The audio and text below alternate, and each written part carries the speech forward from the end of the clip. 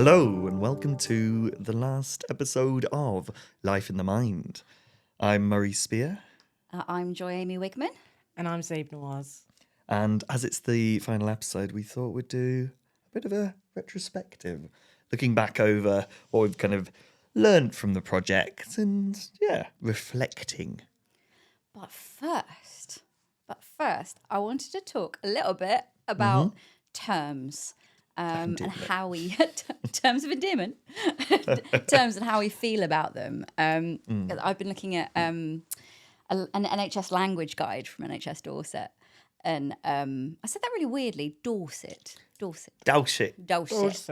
And and they've got suggestions of like phrases and words to use as opposed to other ones. So why don't we start with the one that gets used an awful lot? How do you guys, a thumbs up and a thumbs down, how do you feel about neurospicy? I'm sorry. Oh yeah. Yes. Yeah. Zabe, tell us why it's a thumbs down for you. I don't know. It's just weird. It's weird. I'm sorry. I don't know. It just spicy. Just like, I don't know. It sounds just. I've never understood it. I just never understood it. Like neuro, I get, but spicy. Why would you be spicy? It's just like spicy is like a curry. It's just like I just find it weird. It's just like you're calling a person a curry. You know what I mean? I've never thought about this. Yeah, some sort of like. I've never thought why I didn't like it, but now I'm thinking out loud. I'm like thinking, yeah, you're calling somebody a neuro curry. That's what you're calling somebody. I really like curry, That's so really that's interesting. I never thought why I didn't like it, but this is actually why it's coming to me. It's like spicy. It's just like like I think that could be a very autistic response to it. Being like, but that's what this word means, and you're using it in a different way, which is very valid. And I never actually thought why I didn't like it, but as we're discussing it now, I'm just like thinking of it in a literal manner. Yeah, why don't I like it? I don't know, but maybe neuro it is. umami. My little neuro It's umami. like calling somebody neuro pasta. Sorry. I feel like that's where my brain goes sometimes. Neuro, like overcooked pasta. Overcooked pasta. Neuro overcooked pasta. Or undercooked. Why are you a thumbs up, thumbs down in the middle, Murray? I think it depends on why you're using it. Okay. Because I think for me, using, finding one's own language to relate to something is important. And it's a really important part of validating one's own relationship to something and validating how you connect to it and making yourself feel comfortable. But I do think it can potentially allow space for internalized ableism to continue in a way. Yeah. Like, I'm just a little neurospicy. yeah, it's actually I don't want to use the word because, the curse of the autism word, or, I don't want to actually admit that I have a problem. It's like you're just different. You just think differently. Your brain's wired differently. And if there's in it, that's why I'm a bit like, it depends. Depends on how you're relating. And just for the listeners, ableism, could somebody just define that? Because some people might not know what that means. A definition of ableism. Or just a so broad definition. Yeah. So it's so we would say sexism if somebody was discriminating against a member of a particular sex. Ableism is discrimination against somebody because of their disability. So, like, if you're talking about internalized ableism, you're actually discriminating against yourself, or allowing that, subconsciously. Well. It like internalized misogyny. You might Unconscious bias. Yeah, an unconscious all of bias. Those kind of, yeah. Gosh, I did that on the spot. Well done. I'm quite pleased with that. That was brilliant. Yeah, really good. I have Webster's dictionary defines. That's how you know I wasn't looking it up on my phone. I have an interesting relationship with neurospicy because I feel like it can be used in a negative way, the word spicy. Like, if you're like, oh, Miranda's a little spicy today. Like, normally it means somebody's cross, somebody's on the warpath. That's how I've had it around in my life. But then again, if someone describes themselves as neurospicy, I'm like, if that's a label Yeah. that helps you, that's cool. I like to use neurosparkly. I like that. If I ever say I'm a bit neurospicy today, it normally means that my coping mechanisms and filters are not working as well as they normally do. Yes, that makes sense. But if I say that I'm neurosparkly today, it probably means that I'm in a really good mood. Yes, you're going to be autistic joying and Yes, full like very ideas much and so. creativity mode. And yeah, I'm going to write that down. Neurosparkly. I like that. That's good. I like that. That works. The other one on our list is comorbidity. So this document I've been looking at suggests using coexisting rather than comorbidity because of the negative connotations that come from morbidity. Yes. So is it a thumbs up or a thumbs down from you guys? So a so-so from Zabe. What about you, Murray? Yeah, I think it's probably is a thumbs down. Yeah, I think it's a thumbs down as well, which is weird it's because I one of think those ones you get before I better. read that article, I've always used the term comorbidity for conditions that stack because I thought it was the correct word to use. But they're right. There's a big old negativity thing about that. And it is hard when you have coexisting Yes. conditions, but coexisting, it means more to people as well. If you say Yeah. comorbidity to people who are not in a situation where they're dealing with conditions that stack, I think it's depending on the setting, because from a professional perspective, I think it's the more neutral way of saying it. From professionals, because I thought I was okay with it when we had this conversation literally 15, 20 minutes ago. But I'm thinking about it now, after the spicy comment, I'm like thinking, well, no, because morbidity is kind of, again, taking it very literally. But we're thinking about it, so I'm thinking about it. And I'm like thinking, morbid. But then what? Morbidity is a mal, isn't it? It's a bad or a. I can't remember what. I don't know. Don't go into etymology. Anyway, you keep talking. I'm going to go down a rabbit hole if I start. I think I'm already down that rabbit hole, to be fair, so you can join me. So it's just like, but comorbidity, like, what would you use? Like, because it's a bit morbid. so It's literally a bit morbid. yeah, well, this is what I mean. So coexisting is just like, because it's existing, if we're going to go really down this rabbit hole, that we're already Co-occurring, that's the other one they suggest, actually. Would suggest they were linked in my mind. But yeah. occurring and existing is kind of the same but different, right? Yeah, you get into the nuances of individual. I think for me, it's one of those words that has worked. It's like you were saying, Jeremy. It's always been, because it is still it's the scientific word that they use. But so was retard. Yes. So was retarded. That used to be the... That was the official term. And I think it's one of these things where it feels like it's a word that could have an evolution of language addressed to it. It's a horrible, horrible word. It's one of the words I pull people up on. Yeah, all me the too. time. I do not let it stand. Yeah, I don't. I absolutely don't. But it's very much come from, in the past, it was used as in the grammatical, it's an official something medical term. slowing down. Also in physics and stuff, it's Yes. still used the retardation of motion or something where something is slowing down. But it's got such, I hate it. I have such a strong aversion to that word, and we've moved past it. We've evolved past it So in we our can- linguistic use. Yeah, so we can evolve past the words that we are using and having discussions about whether we're all right with those words. Whether they still fit. Whether they still fit. I think coexisting's better. Yeah. Yeah, coexisting seems more, or co-occurrence, it just seems a bit kind of, it seems more the kind of term that we'd use in a professional setting, like if you're talking to clients on a clinical basis, which is what we do. I think coexisting seems a bit more softer, but like you were saying, like with retard, it's used as slang, isn't it, when you're messing about and stuff, so it became a bit of a jokey thing as well. But then it got used as a slur a lot. So I've had bullying with that word. Me too. Yeah.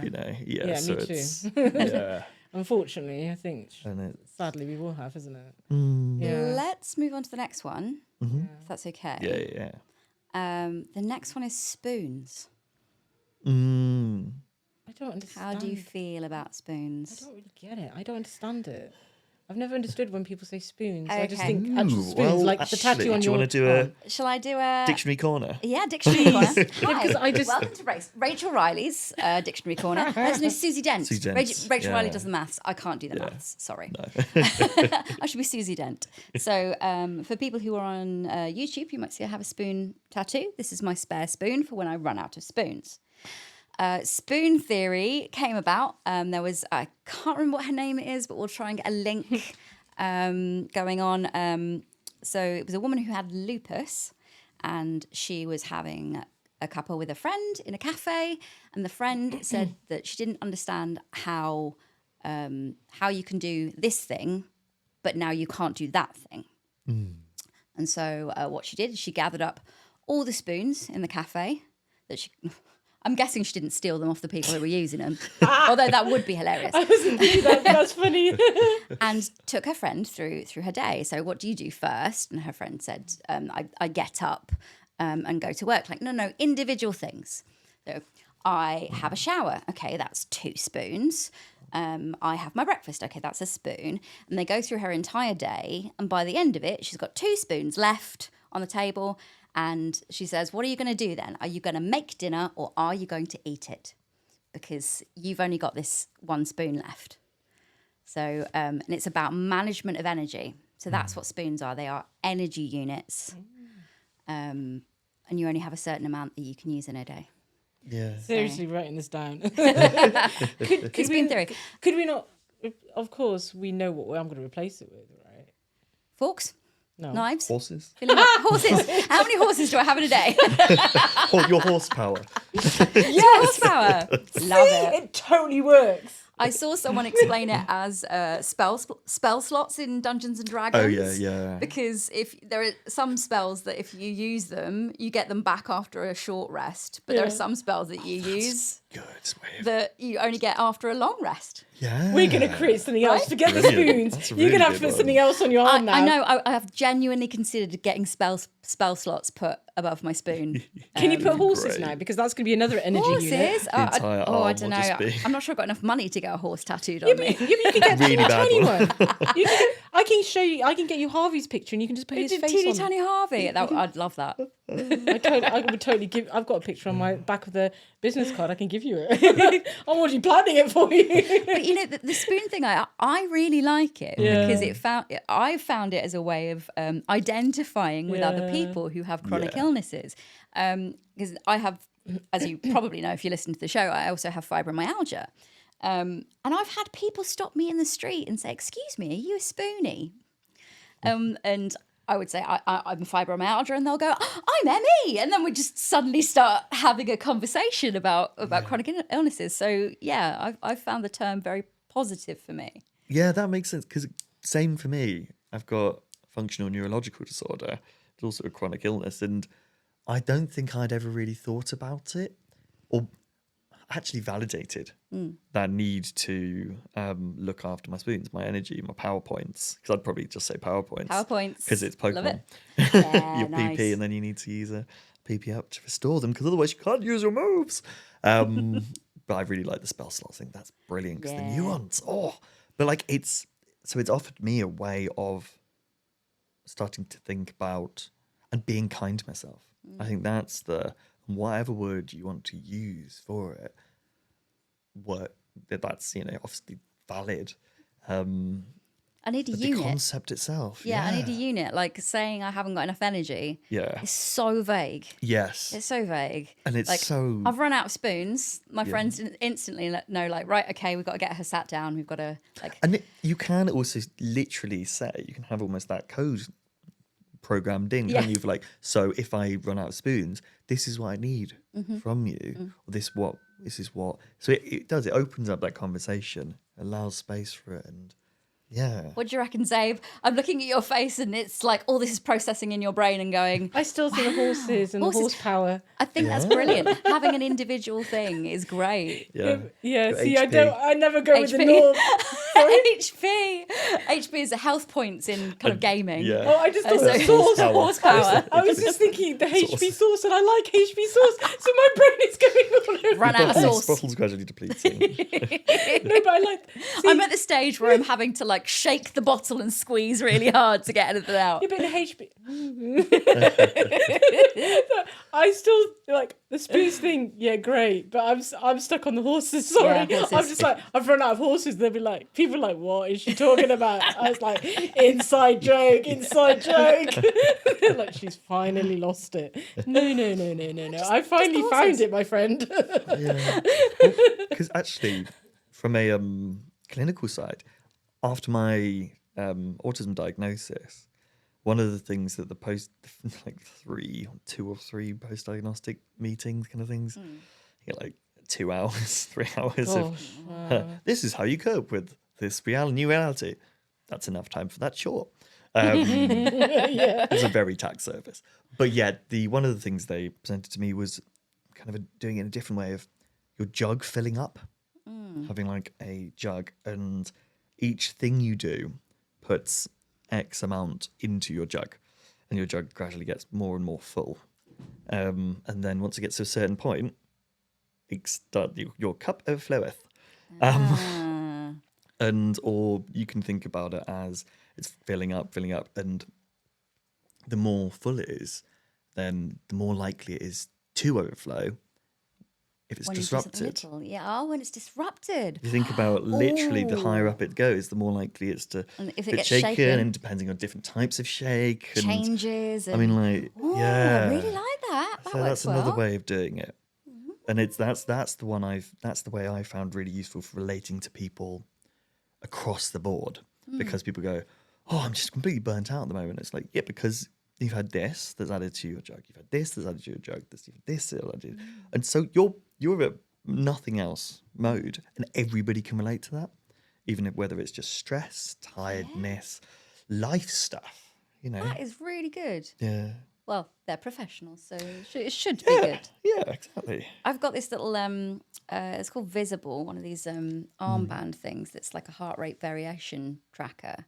And basically what it ends up doing is giving you pace points for the day, and you work out how to spend them. It's basically a spoon app, but I've been finding that really helpful. Yeah, because it measures. Heart rate variations, so it measures the amount of time between your heartbeats and how that varies. I don't know all the science behind it because I am not a sciencey person, but I've done a lot of kind of research into how it's helped people and that kind of thing. Yeah. Must be heart rate. Yeah, because it's heart rate variation, because heart rate, it goes up when you're stressed or overworked, or and you can find out what intensity like various things are that you do. So, like the most intense thing I can do is take a shower. Wow. Yeah, that's the most intense thing I can do. Fascinating. Anyway, it wasn't an advert for Visible, but like, yeah, it's good they're to know trialing that it on things the work. NHS. It's worth having a little look at. Yeah. I'm enjoying mine. Mm. So I need to bring us on to the end of the project. So our lovely project has come to an end now, and I think we've done some amazing things with it. But I'd just like to know what everybody feels like they've gained from the project as a whole, or what they've learned from the project as a whole, like good and bad. Yeah, it's been such a fascinating journey. I think one of the things we were all talking about earlier when we briefly were discussing this before we were recording is how much we've learned about ourselves through doing this. And for me, I mean, that is such a big part of it. Just the actual going on the journey of meeting so many different people with, it's because everybody is unique. They have their own relationship to things. They may have the same diagnostic label. And we say this, we say, oh, everyone's unique. Everyone has the same, you've met one autistic person, you've met one autistic person. But then the actual reality of meeting insert number here, amount of people who really do have that full variety of experiences and the things they've managed to do as well, and the things that the amount of moments I think we've had where we've gone, oh, wait a second, I knew that. Oh, I go. Maybe I should have a look into that. Yeah, and that's been such an amazing thing. And actually learning about it just made me want to constantly learn more about these kind of things. From my point, yeah. How about you, Zoe? Oh gosh, I don't even know where to start. Because you only started with us this year. Last year? No, this year. This year. Yeah. I think from a personal level, like, oh gosh, I don't even know where to start. It's kind of reaffirming what Murray said, but it's like so many things have happened over the last 4 months for me, and it's like, I've spoken about this with you guys before. It's like the discovery stage. I thought I'd already discovered. I haven't. It's like, darn, I thought I'd work myself out. No, I have not. And the thing that I found really,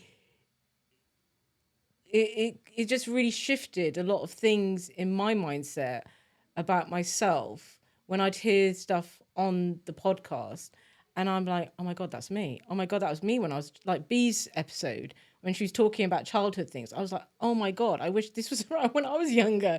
Like, it's just like, and then when there's other guests that have come on and I've been on the podcast and they're talking about stuff. And in my head, I'm like thinking, geez, this is me. This is, oh my gosh. And it's that realization. Like, as you both know, I didn't really like labels, but I think I don't like, I like declaring what my diagnosis is now, because I feel it'll help others for that purpose alone, no other purpose.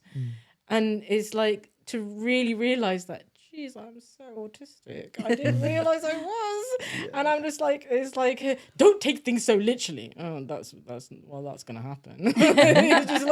It's like telling the sun not to rise. It's gonna happen. You can't change it. It's just like there's been so much realization about it, and I think the acceptance, I think, comes from within, but I think society as a whole doesn't allow one to accept how you are. And I think that being kind to yourself is like, even if people aren't going to accept that you are a certain way, and that's okay, is kind of being that kind to yourself and saying, I'm fine the way I am.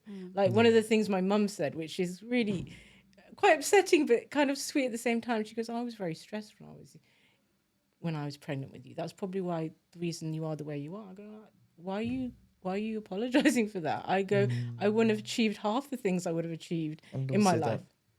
Yeah. And it's kind of like, there's nothing wrong with thinking and being a certain way. And I think nobody fits in a box. And I think that's the biggest thing in a metaphorical box. The metaphorical box. Metaphorical box, in case anybody takes it literally. Everyone fits in a box. You just have to find a big enough coffin. Right? We're in a box right now. This room is a box. Well, exactly.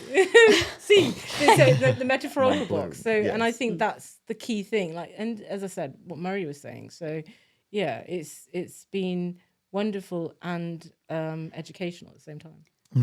I think so. I agree. I have learned so much about myself. I was very early on in my discovery stage when we started series 1, and I have learned so much about my own neurodivergence by listening to other people's experiences.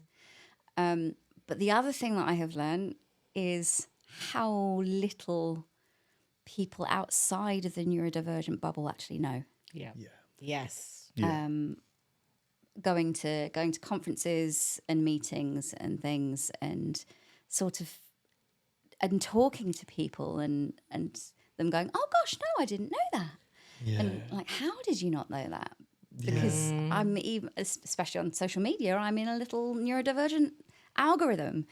And my friends are all very neurodivergent.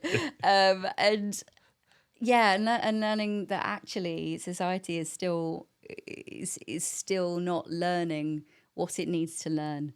about neurodivergence, and that things like the Life in the Mind podcast and the project as a whole is actually really important, not just for helping neurodivergent people feel seen and validated, but for also informing the neurotypical world at large. Yeah. It was. I was quite surprised several times while doing the project how little was actually known, and how difficult it is to make things accessible to everybody. Yes. So when you're dealing with a large room of neurodivergent people, which we've had, so we have the Autism Partnership Board, which is great, but they're trying desperately to make it accessible to everybody, which is impossible. Everybody's got such Because everyone's such so different such different things. It's really difficult. So even when people are trying really hard, you're not going to please everybody. And the best you can do is adapt to, or have the variability built in, kind of thing, isn't it? Yeah. It's about having that space for people to look after their own needs. Actually, is a big thing. That is a big thing. Yeah. So understanding yourself and how you can look after yourself, because we're not at a stage where society is going to look after us in the way it needs to, or not adapt, but just be malleable enough for neurodivergent people. So malleable is more Play-Doh. Yeah, so it can be shaped. It can be shaped. Okay, thank you. Yeah. Malleable Play-Doh. That's what happened in my head. Is taking ownership and looking after yourself. Yeah. So, you know, 100%. Like the video we did for going to Pride, you know, I know where the safe spaces are. I can take my noise cancelling headphones. I've got my lanyard. I've got my sun cream. I'm hydrated. you know, knowing how to look after yourself. Actually, that's made me think of something that over this thing, I have definitely got better at advocating for my own needs and setting boundaries and going like, because the amount it's, you know, the point was to validate the lived experience of neurodivergent people, and a lot of that's outwards, but as we are neurodivergent ourselves, that I have really felt how much that's validated made me go, actually, this is okay. And both me identifying things within me, what my needs are, when it's okay to just go, oh, you're just not getting this at all. Okay, bye. And then communicating, you know, it's the looking after yourself and being able to communicate that to people are such big things. Definitely. It's like Zabe was saying, you know, about being able to go, well, I am going to take that literally, because that's what I do. Yeah, that's just my brain. Yeah, just don't take things literally. That will help you integrate. Really? Will it? Sorry, man, that's not going to change. I'm just going to... I'll stop doing that. I'm going to stand there awkwardly. I don't know how that's going to help with the integration. The literal thing is I find so funny, because as a writer, just as a human being, I'm very flowery with my language. I say some really odd things. And you're wearing flowers. I'm wearing flowers. And you're wearing yet, beads. when people talk to me, I take what they say really literally. Yeah. My husband, bless him, he's like, I don't get it. You like constantly speak in metaphor and poetically, but if I say this to you and it's not actually what I mean, somebody else will be able to take the inference, but you won't. I don't get it. Neither do I, man. Neither do I. I think I get to a point where, because I'm the same, I'm sarcasm, puns, wordplay, metaphors, all of this kind of stuff. And then I get to a point where I'm like, and no, I'm entirely literal and very blunt and direct. Yeah. Oh my God, that's exactly like me. The switch just flicks and people go, yeah, exactly. And people don't understand it. It's just like, I think I'm absolutely hilarious, but people do not. I think I'm really funny. and I'm laughing at the same time, but they're not laughing. I'm just like, but that was funny. That was really funny. Yeah. Us earlier with the chickens. Oh yeah, yeah. I described chickens as being like a gaggle of chubby old ladies going to each other. That's just like generally a whole group of people just kind of like gossiping, isn't it? Whether it's work, personal, or professional, just like. I love chickens. I know it's completely off topic. I love chickens. Chickens are great. Yeah. And long-necked ducks, because they travel in little like in threes, and they literally are like three people having a moan about their surroundings. I've never noticed that, but I really need to find some ducks now. I do a lot of personification. That is one of the things that I do a lot. I give personalities to things that don't need my sewing machine. My sewing machine. I'm always talking to my sewing machine. You would totally get the work that we do because we project all our emotions and things onto horses, and the spaces. Because the hedges could be like boundaries, the fences could be boundaries, the space could be like freedom, the horses could be the person that you love or you hate. So you would love the work that we do. I would. You would love it because it's all about metaphors. I do a lot of sticking googly eyes on stuff. You could do that on horses. I do think that's one of the You could best do that on gorilla Harvey, things actually. to do. Sorry. What? It's like gorilla googly eyes. Yes. Just going around and just like randomly sticking googly eyes on stuff. Oh, get me some. I'm not advocating brings for joy. that, especially because they are plastic. Yes. But it is also incredibly entertaining. I need to put them on Harvey. You need to get me some. That's the thing we've learned from the project, to find joy. Yes. Allow yourself to do those things. Yeah. Like it's not I would do that. And your really. version of joy your version of joy. is okay, as long as it's not harming other people, No. which it very rarely will be. Like, just do what you want to do. Yeah. Yeah. I really love Pokemon. I definitely did not do a swear. I love Pokemon. Like, it's my special interest, safe thing. So, like, which is great. I can instantly get a dopamine hit by just looking at something to do with Pokemon. That's lovely. A great brain hack to have. And so I just allow that these days. I had That's what a I'm used moment to. last week of walking through Bristol, through Millennium Square, and there's a fairground there. So one of the things that brings me joy are carousels, the proper carousels with the horses. And I was like, if I go on this, my family are going to mock me for being silly. And I was like, nope, I'm doing it. Yeah. And so I said, I'm going on the carousel. And I took my 3-year-old with me. And then I turned around and my entire family were behind me and they all got on a horse. And they all came on. so And sweet. instead of mocking me, they just joined in the joy. Oh, my heart. I mean, and that's heart. what we can offer. Yeah. As people who can feel joy in this lovely or intense way, autistic joy we talked about before, and it's this burning joy which is like a beacon radiating out to the world. We can offer that. Yeah. You know, if we are experiencing it, then actually we can be that light, that shining beacon for people and bring people into that. And isn't that a wonderful thing? That is a wonderful It is Isn't that awesome. gorgeous? And I think you have to have a certain level of kind of like I don't freedom care. to be, freedom to kind of think.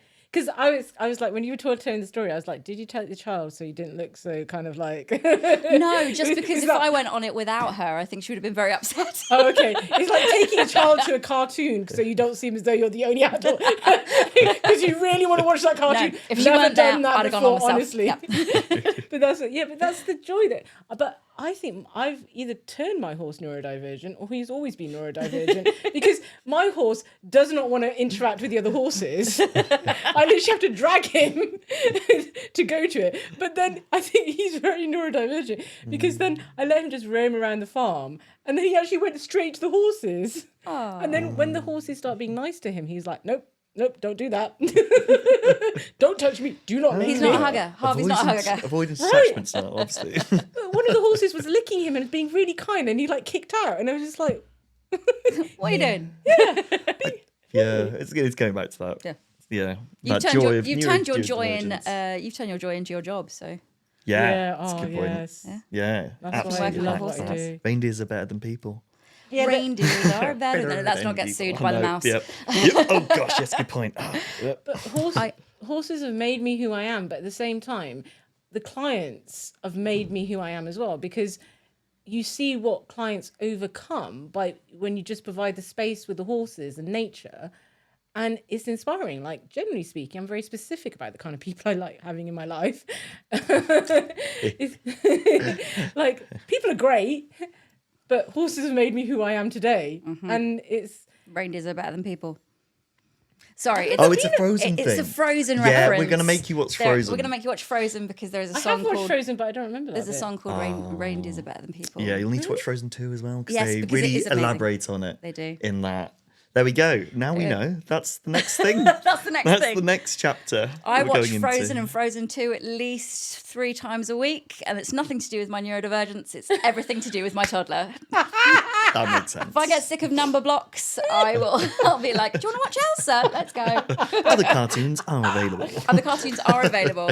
It's just that I really like belting out Let It Go at the top of my voice. Oh my Yeah, God, no, I've done they're that. very It really good. works. It works. Yeah, It works. It really does. Yeah, great catharsis. It's amazing. Somebody told me that once years ago, and I did it when I was by myself, and I was like, geez, this is really good. Though if you do it at someone, they don't appreciate No, they don't. it. Just scream "Let It Go" with someone. Yeah. They get really annoyed for They some get annoyed. reason. Yeah, get the one Anyway. for YouTube and the subtitles so you can make sure the words are right, because that makes sure that has to be right for Sing me. long version. Right, I'm going to rein us back Yeah, in. yes. I don't like to rein us back in, but we we do do have need to to wrap end. up at some point, and I know that we would just carry on talking so the podcast Forever. can never end. I know, I wish. But thank you so much to all of you for listening to us over these 2 series. Yeah. We've had a really great time with it. We've learned so much, and we've just genuinely enjoyed ourselves.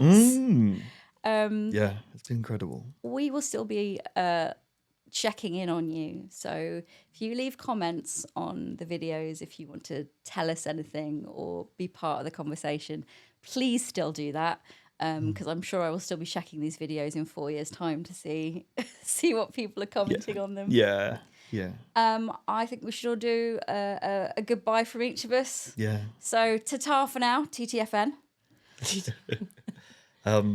Yeah.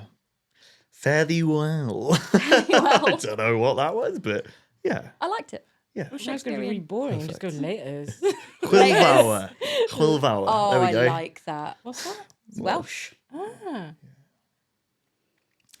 Yeah, I can't do it. Auf Wiedersehen. I only speak German.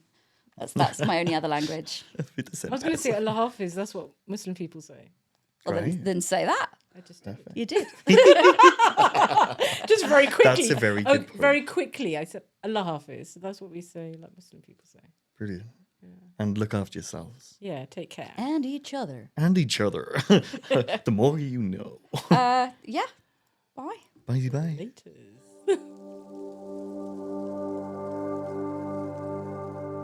Okay, folks, that's it for this episode. Find us on Instagram at life.inthemind. Our other socials are linked in the bio. Don't forget to like, subscribe, and comment. Bye!